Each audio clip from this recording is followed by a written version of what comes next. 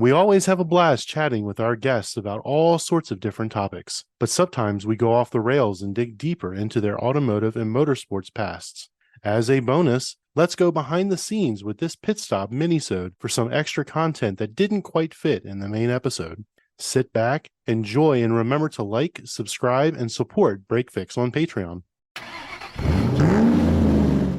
We had a great time talking to Ryan Staub from Lockton Insurance, but we felt like the listeners didn't get to know him as a motorsports and car enthusiast. So as an encore to the original episode, we've put together this mini-sode based on our post-session happy hour. And as we pull in for a quick pit stop, remember to like, subscribe, and support us on Patreon. And as always, I'm your host, Brad. And I'm Eric. So let's roll. So Ryan, we know you started in BMWs. What are you driving now? I haven't strayed too far. I've been comfortable with it. Mainly, I've built a kind of circle of people that I can kind of lean on to fix and develop cars, so on and so forth. So, street car E90 M3, 2008. It's the generation with the high revving V8. Sounds fantastic at 8,000 RPM.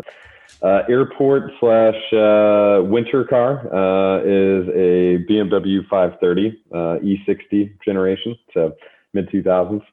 Race car one, E36 M3, 95. It's got a S54 swap, so it's got the E46 M3 engine. Lucky you. Aero MCSs. I had a 95 S50 with a slightly massaged motor. Anyway.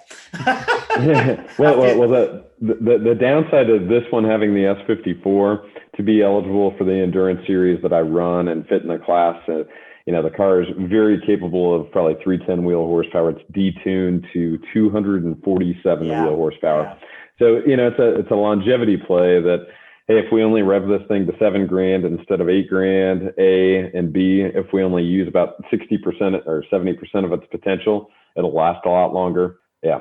So, and then race car two is just the backup car. It's a E36 328, pretty basic suspension cage, that type of stuff. Nice. And was your first car ever a BMW? What was the first car car you ever? ever? 16-year-old Ryan. 16-year-old Ryan, actually 15-and-a-half-year-old Ryan worked at a grocery store for a year and a half bagging groceries, saved up my money. Went straight into insurance. Yeah. Bought a red 1991 Mazda MX-6 that, for the 6 months before I actually got my license, drove back and forth literally in my parents' driveway until I got my driver's license. Very nice. So what was on your wall as a kid? The most common one, or common ones, I should say, were Ferraris and Porsches. The 959 was the hot one, and F40. So, 959 F40 were always the halo cars, and they still will be, except for they've just become stupid expensive. So. Oh yeah. Heck yeah. You can't get track insurance on either of those, so it's all Not without paying more than the organizer paid for the event in a whole. Yeah, right. Yeah. So, and that brings up a good question that we didn't talk about in the episode, and I thought it was fun. As I was thinking about it, I wrote it down, which is, you're talking about the trends, you're talking about high horsepower cars, you mentioned a bunch of Porsches.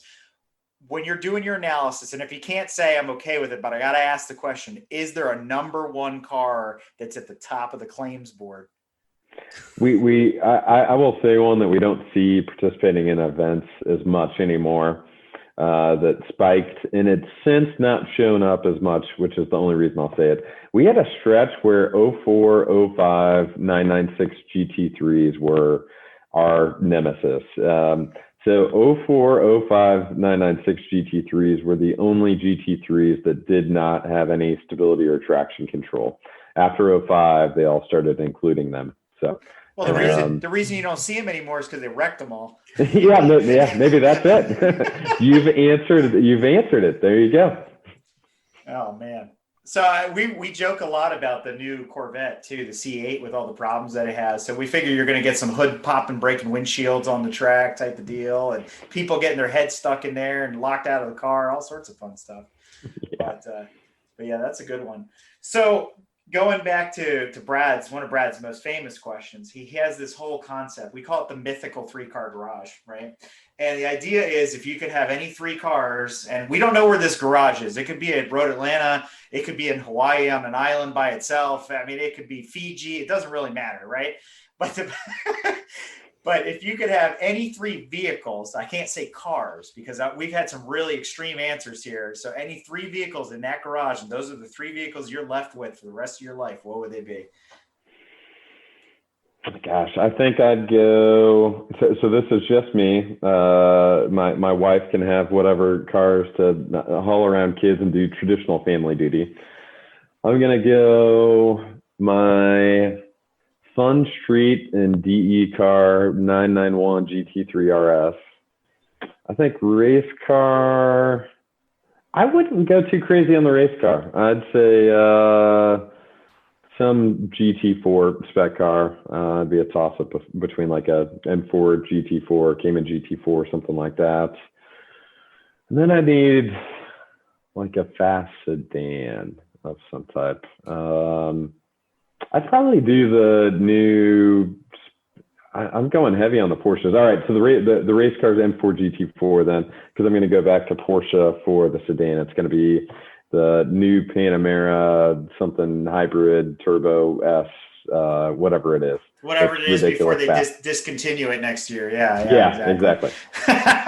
Did you notice though? They're all tagged. He has no trailers and no trucks and no motorcycle. We've heard all sorts of stuff. No. He had the GT4, essentially the cup car or whatever. That's not tagged. He's got nothing to tow it with, so he's stuck at home.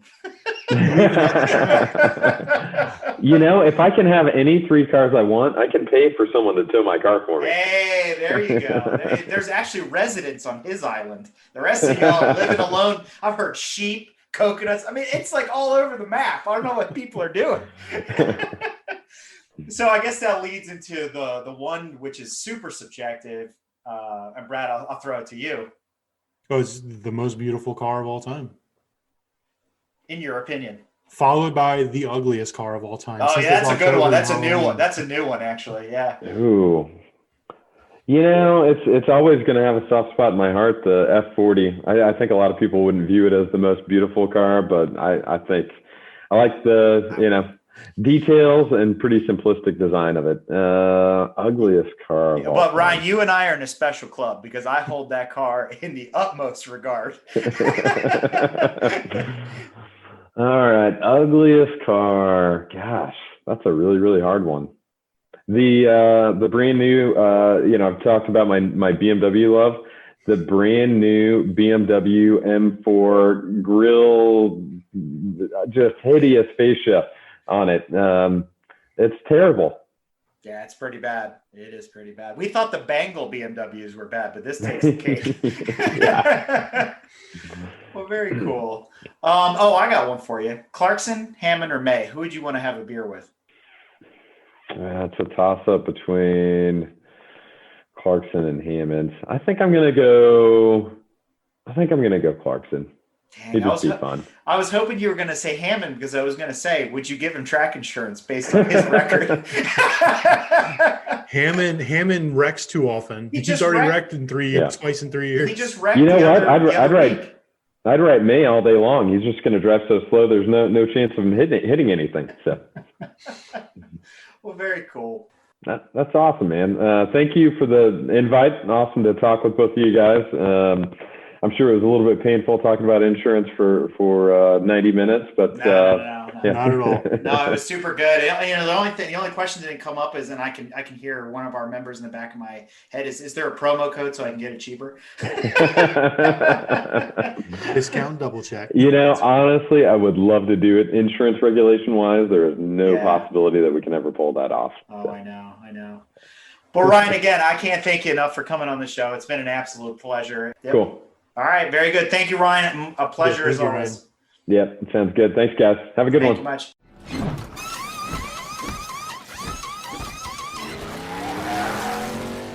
If you like what you've heard and want to learn more about GTM, be sure to check us out on www.gtmotorsports.org.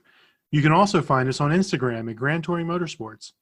Also, if you want to get involved or have suggestions for future shows, you can call or text us at 202-630-1770 or send us an email at crewchief@gtmotorsports.org. We'd love to hear from you. Hey everybody, Crew Chief Eric here. We really hope you enjoyed this episode of Break Fix, and we wanted to remind you that GTM remains a no annual fees organization, and our goal is to continue to bring you quality episodes like this one at no charge. As a loyal listener, please consider subscribing to our Patreon for bonus and behind-the-scenes content, extra goodies, and GTM swag. For as little as $2.50 a month, you can keep our developers, writers, editors, casters, and other volunteers fed on their strict diet of Fig Newtons, gummy bears, and Monster. Consider signing up for Patreon today at www.patreon.com/GT Motorsports. And remember, without fans, supporters, and members like you, none of this would be possible.